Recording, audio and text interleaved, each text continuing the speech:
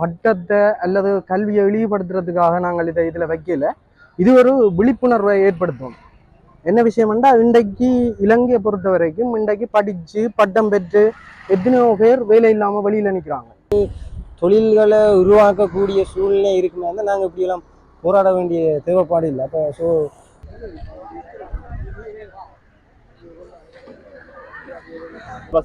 சந்திக்கல வந்து நாங்கள் சந்திக்க போனாங்களும் எங்களுக்கு அந்த வாய்ப்பு கிடைக்கல.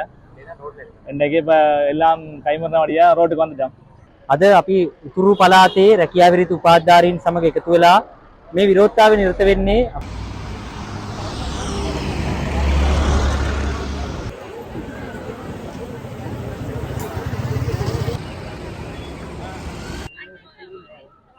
எல்லாருக்கும் வணக்கம். முறையில வந்து நாங்கள் இப்போ எங்கே நிற்கிறோம் பார்த்தீங்கன்னா, கச்சேரிக்கு முன்னுக்கு வந்து பல்கலைக்கழக மாணவர்களால் வந்து வருடங்களாக கிட்டத்தட்ட 4 வருடங்கள் படிப்பை முடிச்சு போட்டு வேலை இல்லாமல் இருக்கிறார்கள்.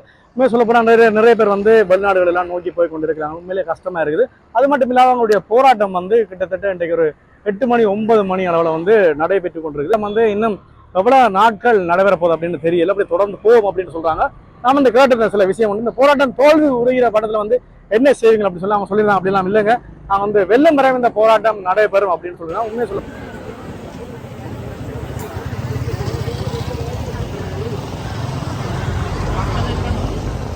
போராட்டத்தை பற்றி சொல்லுங்க. என்னத்துக்கு அந்த போராட்டம் வந்து இது நடக்கிற வந்து என்னென்னு சொன்னால், தொழில் வாய்ப்பு என்னென்னு சொன்னால், நாங்கள் ஏஎல் படித்து பல்கலைக்கழகம் 4 வருஷம் போய் அங்கே கஷ்டப்பட்டு படித்து போட்டு நல்ல மார்க்ஸோட வெளியில் வந்து பட்ட படிப்பெல்லாம் முடிச்சு போட்டு வந்தால் வேலை வாய்ப்புன்றது பயங்கர குறைவாக கிடக்குது.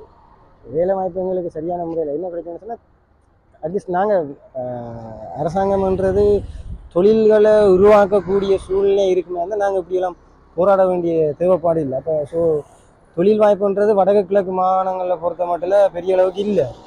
இருக்கிறதுல ஒரே ஒரு ஆப்பர்ச்சுனிட்டி அரசு உத்தியோகத்தை தவிர எங்களுக்கு வேறு உத்தியோகம்ன்றது சொல்லிக்கொள்ளக்கூடிய மாதிரி இல்லை. அப்போ அதனால் வந்து நாங்கள் என்னென்னா படித்த பட்டம் கூட அப்படியே நாங்கள் பாடாட்டி வைக்க வேண்டியது. பாஸ் அவுட் ஆகி நான் 2023. எனக்கு முதல் 3 பேட்ச் இருக்குது.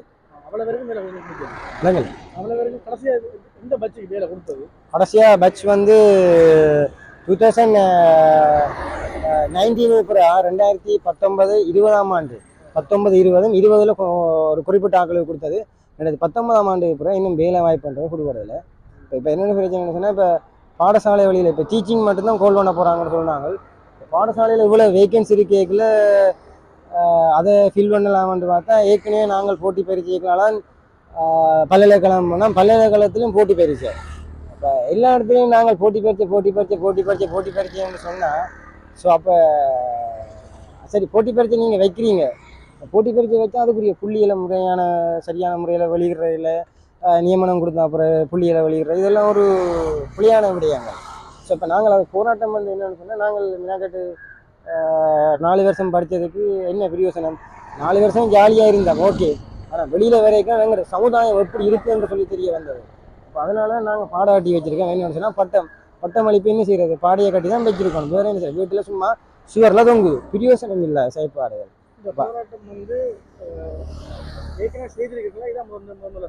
இல்லை, ஏற்கனவே நாங்கள் முதல்ல ஒன்று செஞ்சினாங்க.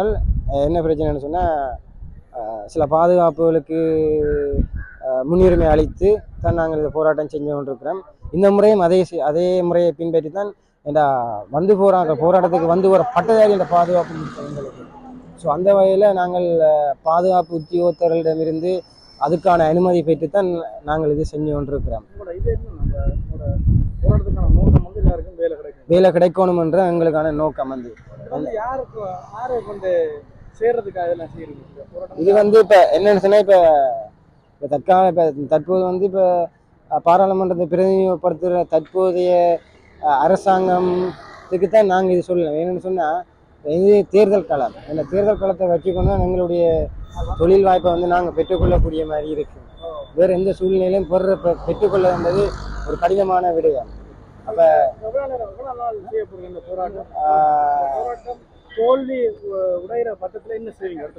தோல்வி உடைகிற கட்டத்தில் நாங்கள் ஏயிலிருந்து சட் வரைக்கும் பிளான்கள் ஏதாச்சும் வச்சுருப்போம்.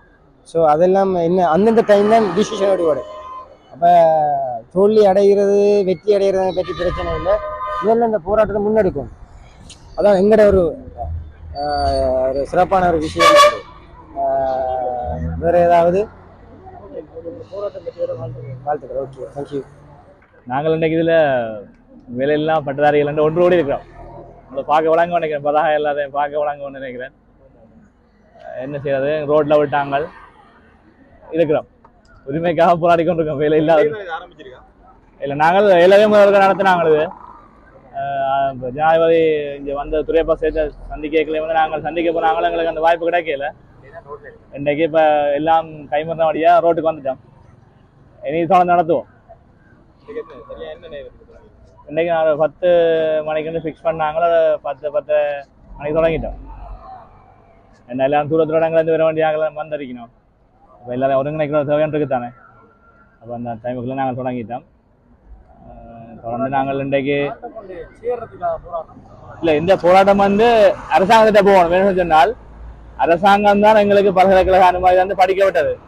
அதே அரசாங்கம் தான் இப்போ எங்களை ரோட்டில் விட்டு போராடன்னு சொல்லி சொல்லுது. அரசாங்கத்தில் ஆட்சியில் இருக்கிறார்களுக்கு தானே ஒரு தேர்தல், பாராளுமன்ற எலெக்ஷன் தான் சரி, யாதவ எலெக்ஷன் என்ன செய்வாங்க, பல்கலைக்கழக மாணவரை மையப்படுத்தி அந்த ஓட்டுகளை பெறதுக்காண்டி எங்களை பயன்படுத்திக்காங்க. அதே மாதிரி இப்பவும் நாங்கள் என்ன சொல்லணும்னா, ஜனாதிபதி இருக்கிற காலப்பகுதியில் எங்களுக்கு வேலை திறவணும். 6 வாக்குறுதி இல்லக்கூடாது, திறவணும். எடுத்து முறை இந்த ஆவணம் வேலை எங்களுக்கு வேலையை தந்தால் நாங்கள் இந்த 4000த்துக்கும் மேற்பட்ட பல்கலைக்கழக மாணவர் வேலையில்லா பட்டதாரிகளும் வந்து அதுக்கு ஓட் பண்ணுவோம். அப்படி இல்லைன்னு சொன்னால் நாங்கள் அதை பரிஷ்கரிப்போம். அந்த இதான் எங்களை கடைசி நிலைப்பாடு. அதுக்காக ஜனாதிபதிக்கு இந்த விஷயம் போய் சேரணும். சேர்ந்தா தான் நாங்கள் இதில் ஒரு வெற்றி பெற்றதாக நாங்கள் நினைப்போம். நான் தான் இதில் இருக்கிறதுல முதலாவது 2020 வழியான பட்சத்தில் வேலையில்லாத வச்சு முதலாவது நான் தான். இதில் 2020, 2021, 2022 அப்படி இருக்காங்க. 24 பட்ஜெட்டுக்கு இன்னும் கன்வெகேஷன் முடியல. முடிஞ்சா எல்லாம் வந்திருக்க போறாங்க. 23 வரை இருக்க போறாங்க.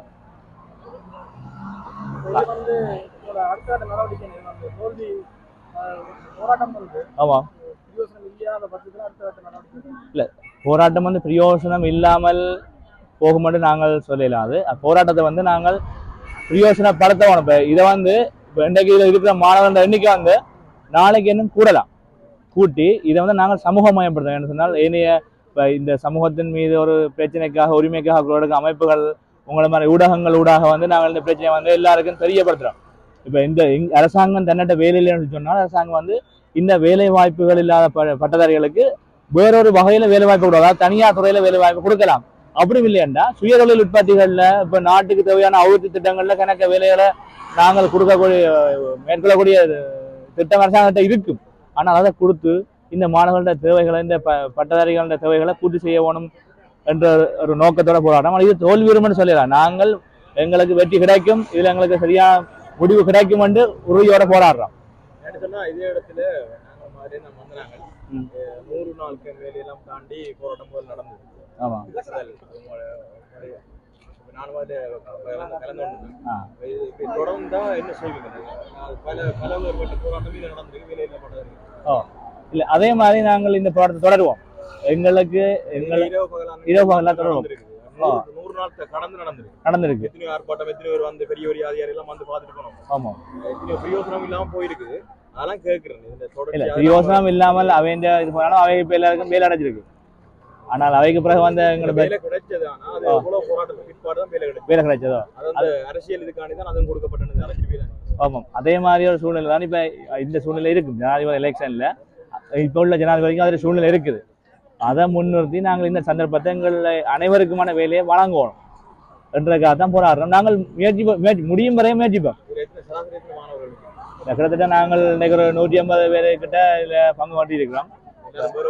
எல்லாம் வேறு மாவட்டங்கள்லேருந்து வந்திருக்காங்க. எல்லாருக்கும் ஒரு குடும்ப பின்னணிகள், தூர இடங்களை விரையிலாது, சில திருமணமாகி குழந்தையோட இருக்கிறார்கள் கூட வந்திருக்காங்க. அப்போ அந்த சூழ்நிலையில் எல்லாருமே விரையிலாத சூழ்நிலை இருக்கும். அப்போ நாங்கள் அப்படி இருக்கல எங்களால் இயன்ற ஒருங்கிணைக்கக்கூடிய ஆக்களை கூப்பிட்டுருக்கோம். இதில் டிசேபிள் ஆக்கன்னு கிட்ட இதில் நாங்கள் 3 பேர் இருக்கிறோம் பார்வையில்லாத ஆக்கள். ஆனால் மொத்தமாகவே 30 பேரும் நாங்கள் பட்டதாரிகள்லாம் வேலை இல்லாமல் இருக்கிறோம். இவர்களுக்கான ஒரு முடிவெல்லாம் சொல்ல வேண்டிய சிலருக்கு அரசாங்கத்தான் அந்த பொறுப்பு இருக்குது. நாங்கள் படிக்கையும் ஒருவாள்கிட்ட கையேந்தி படித்தோம். படித்து முடிஞ்சும் நாங்கள் சரி வேலை கிடைக்கும் வரையும் கொஞ்சம் காலம் இருக்கலாம்னு பார்த்தா இப்போ 4 வருஷமாச்சு வேலை இல்லை. 2024 வேலை இல்லை. தனியார் துறையில் போய் கேட்டால் அவங்க வேலை தராங்க இல்லை. உங்களால் என்ன செய்யணும்னு இருக்கிறாங்க. நாங்கள் பேங்கில் லோன் கேட்க போனால் சொல்கிறாங்க உங்களுக்கு வேலை இல்லாமல் இப்படி உங்களுக்கு லோன் தர இருக்காங்க. அதோட வேலை கேட்குறாங்களோ 35 வயது லோன் தருவாங்கன்னு சொன்னால் நாங்கள் அந்த வயசை தாண்டிட்டோம். 35 வயசு ஆச்சுது. 2 தருவாங்களா வாங்க. ஓகே நன்றி. வச்சுக்கிறீங்களா என்ன குறியீடாக வச்சுக்கிறீங்களா? இது வந்து ஒரு பட்டத்தை அல்லது கல்வியை இழிவுபடுத்துறதுக்காக நாங்கள் இதை இதில் வைக்கல. இது ஒரு விழிப்புணர்வை ஏற்படுத்தும். என்ன விஷயம்னா, இன்றைக்கு இலங்கையை பொறுத்த வரைக்கும் இன்றைக்கு படித்து பட்டம் பெற்று எத்தனையோ பேர் வேலை இல்லாமல் வெளியில் நிற்கிறாங்க. இது வந்து சொல்லப்போனால் ஒரு இழிவுபடுத்துறதாக இல்லை. இது வந்து ஒரு கல்வியை வந்து இலங்கையில் சீர்திருத்தத்தை கொண்டு வரணும். கல்வியில் ஒரு சீர்திருத்தத்தை கொண்டு வரணும். ஏனென்று சொல்லல, இப்போ கல்வி கற்று போட்டு நிறைய பேர் வெளியில் நிற்கிறாங்க. அதே நேரம் எங்களுக்கு கற்பிக்கின்ற அந்த கல்வி வந்து பாட ரீதியானதாகத்தான் இருக்குதே தவிர ஒரு தொழிற்கல்வியாக இல்லை. நாங்கள் வந்து பாடசாலையில் படிக்கிற காலங்கள்லையும் சரி, பல்கலைக்கழகங்களில் படிக்கிற காலங்கள்லையும் சரி, எங்களுக்கு வந்து ஒரு பாட ரீதியான, அதாவது வந்து புலமை ரீதியான ஒரு கல்வியை தான் எங்களுக்கு கற்பிக்கிறாங்களே தவிர, அதனால் அந்த புலமை ரீதியாக கற்பிக்கல வந்து நாங்கள் ஒரு அரச வேலையை எதிர்பார்க்கின்ற ஒரு விஷயமாகத்தான் இருக்குது. ஆனால் எங்களுக்கு வந்து இந்த கல்வியில் சீர்திருத்தங்களை கொண்டு வந்து ஒரு தொழில்சார் கல்வியையும் அங்கே நடைமுறைப்படுத்திக்கல. அவங்க எல்லா மாணவர்களும் வந்து அரச வேலையை நம்பி இருக்க வேண்டிய ஒரு தேவைப்பாடு என்றது வந்து இங்கே இருக்காது. அப்போ இப்பத்தைய நிலையை பொறுத்த வரைக்கும் நாங்கள் படிச்சும் இதால் என்ன பிரயோசனம் என்ற ஒரு கேள்விதான் வந்து எங்களுக்குள்ள எழுது. எல்லாரும் சொல்லி இருக்கலாம், அரசாங்கத்தின் காசில் படித்த நாங்கள், மற்றது வந்து அரசாங்கம் தான் எங்களை படிப்பிச்சாண்டு, அதை நாங்கள் இல்லைன்னு சொல்லல. ஆனால் அப்படி படிப்பிச்சும் என்ன பிரயோசனம்ன்றதுதான் எங்கள்கிட்ட கேள்வியாக இருக்குது. இன்றைக்கு நாங்கள் வந்து இப்படி இருந்து போராடுற இடத்துல எதிர்கால பிள்ளைகள் என்ன செய்கிறாங்க, இவர்கள் படிச்சும் வேலை இல்லைன்னு சொல்லி போட்டு அவங்க கல்வியை இடைநிறுத்துற ஒரு நிலைமை வந்து காணப்படுது. அப்படி அவங்க கல்வியை இடைநிறுத்தி கொண்டு போய்க்கல, இன்றைக்கு இருக்கிறதிலும் பார்க்க எதிர்காலத்துல வந்து கல்வி அறிவு வீதம் வந்து இலங்கையில வந்து குறைவடைஞ்சு போகுது. இப்படி கல்வி அறிவு வீதம் குறைவடைஞ்சு போறதால எதிர்காலத்துல வந்து சமூக சேவை என்றது வந்து ஒரு கேள்விக்குறியாக இருக்கு. மக்களின் தேவைகளை வந்து நிறைவேற்றாத சந்தர்ப்பங்கள் வந்து கூடுதலாக இருக்கும். ஆகவே எல்லாரும் விளங்கிக் கொள்ளணும், நாங்கள் இது வந்து கல்வியையோ அல்லது பட்டத்தையோ பட்டதாரிகளையோ இழிவுபடுத்துவதற்காக நாங்கள் இதுல வைக்கல. கல்வியில ஒரு சீர்திருத்தம் வேண்டும். இப்படி ஏனைய எங்களை போல வந்து எதிர்காலத்துல வர்ற பட்டதாரிகளுக்கு வந்து உடனடியாக ஒரு வேலை வாய்ப்பை கொடுக்க வேண்டும் என்றதுக்காகத்தான் நாங்கள் வந்து இதை இப்படி உருவமைச்சிருக்கோம். இது சம்பந்தமா வேலை சம்பந்தமா இங்க அரசியல்வாதி யாரு அரசியல்வாதிகளை சந்திச்சு சில அமைச்சர்மாரை சந்திச்சு நாங்கள் வந்து எங்கள்கிட்ட விஷயங்களை சொல்லியிருக்கோம். அவங்க அது பற்றி பாராளுமன்றத்தில் கதைக்கிறதாக சொல்லியிருக்காங்க. இன்றைக்கு வேற இல்லை, இன்றைக்கு பார்க்க அநேகமா 3 மணித்தியாலம் ஆகுது. ஒரு அரசியல் சம்பந்தப்பட்ட ஒருத்தரும் இங்க வந்து ஒருத்தரும் வர இல்லை. அடுத்த கட்ட நகர்வு வந்து இப்ப நாங்கள் போராட்டத்தை செய்கிறோம். இதுல எங்களுக்கான வேலை வாய்ப்பு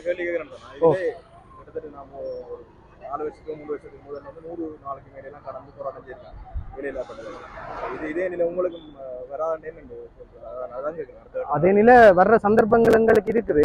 நாங்கள் என்னன்னு சொன்னால் வந்து எதிர்காலத்துல இப்ப எங்களுக்கு வேலை இல்லாம போகலாம், கொஞ்சம் பேருக்கு வேலை கிடைக்கும், மிச்சாக்களுக்கு வேலை இல்லாம போகலாம். ஆனா எங்கள்ட முக்கியமான குறிக்கோள் வந்து எல்லாருக்கும் எக்ஸாம் இல்லாத ஒரு வேலை வாய்ப்பை வழங்க வேணும் என்றதுதான். இது வந்து தவறாது, ஒரு காலமும் போராட்டம் என்றது தவறாது. அது அப்படி தவறுகின்ற பட்சத்துல வந்து நாங்கள் இதுக்கான ஏதாவது ஒரு மாற்று நடவடிக்கைகளை மேற்கொள்வோம். අද අපි උතුරු පළාතේ රැකියා විරහිත උපාධිධාරීන් සමග එකතු වෙලා මේ විරෝධතාවය නිරත වෙන්නේ අපි දන්නවා පහුගිය කාලේ රටේ අනිත් පළාත්වල උපාධිධාරීන් පාරට බහැලා රැකියා අයිතිය දිනා ගැනීම වෙනුවෙන් අරගලයක් සටනක් දියත් කරමින් හිටියා. ඒ සියලු දෙනාම ඉල්ලපු එකම කාරණේ තමයි රැකියාව කියන්නේ අපේ අයිතියක්. ඒ නිසා දැන් අපි උපාධිධාරීන් විදියට අධ්‍යාපන සුසුකම් සම්පූර්ණ කරලා තියෙනවා. ඒ සුදුසුකම් වලට ගැළපෙන රැකියාවක් ලබා දෙන්න කියන එක තමයි ඉල්ලීම් බවට පත් වෙන්නේ. හැබැයි මේ වෙද්දි ආණ්ඩුව කියන කාරණේ තමයි ජාත්‍යන්තර මූල්‍ය අරමුදලත් එක්ක එකඟතාවයකට අවිල්ලා ණය මුදලක් අරන් තියෙනවා. ඒ නිසා ජාත්‍යන්තර මූල්‍ය අරමුදලේ කොන්දේසි ක්‍රියාත්මක කරන්න ඕනේ. ඒ නිසා රජයේ රස්සා දෙන්න විදියක් නැහැ. රාජ්‍ය ආයතන ටික විකුණන්න වෙනවා. රැකියා කප්පාදු කරන්න වෙනවා කියන එක තමයි ආණ්ඩුවේ උත්තරේ බවට පත් වෙලා තියෙන්නේ. නමුත් අපි දන්නවා මේ ආර්ථික අර්බුදේ හරි IMF එකෙන් ණය ගන්න වෙච්ච එක හරි IMF කොන්දේසි වලට එකඟ වෙන්නේ වෙච්ච එක හරි මෙරටේ සාමාන්‍ය ජනතාවගේ ප්‍රශ්නයක් නෙවෙයි. මෙරටේ රැකියාව විරහිත වෙන උපාධිධාරීන්ගේ ප්‍රශ්නයක් නෙවෙයි. දැන් උපාධියත් සම්පූර්ණ කරලා අන්තිමට රස්සාවක් නැතුව පාර බහින්න සිද්ධ වෙන තත්ත්වයක් තමයි අද වෙද්දි රැකියාව විරහිත උදා වෙලා තියෙන්නේ. ඒ නිසා ආණ්ඩුවට එකක් තමයි ආණ්ඩුවට අවශ්‍ය නැහැ තවදුරටත් රජයේ රැකියා කියන එක තියාගෙන යන්න. ඒ නිසා තමයි රාජ්‍ය ආයතන ටික විකුණන්නේ ඒගොල්ලෝ කිසිම දෙවිල්ලක් බැලිලක් නැතුව විකුණන්නේ. ජනතා මතයට පිටින් ගිහිල්ලා ඒක කරන්න උත්සාහ කරමින් ඉන්නේ. ඒ වගේම තමයි විපක්ෂය ගත්තත් විපක්ෂයටත් වැඩපිළිවෙලක් නැහැ. රැකියා විරහිතයින්ට මොකද කරන්න කියන කාරණේ ගැන. ඒ නිසා ඔවුනුත් රැකියා විරහිත උපාධිධාරීන් ගැන කතා නොකර ජාත්‍යන්තර මූල්‍ය අරමුදල කියනවා. ඒ නිසා රස්සා දෙන්න බෑ කියමින් ඉන්නවා. අපි දැක්ක රනිල් වික්‍රමසිංහ ඉන්දියාවේ අගමැති ඉන්දියාවේ නව අගමැති විදියට පත් වෙන නරේන්ද්‍ර මෝදිට සුබ පතන්න ඉන්දියාවට යනවා. ඉන්දියාවට අගමැතිවරයා ඉන්දියාවට යනවා. ජනාධිපතිවරයා ඉන්දියාවට යනවා ඉන්දියාවේ අගමැතිට සුබ පතන්න.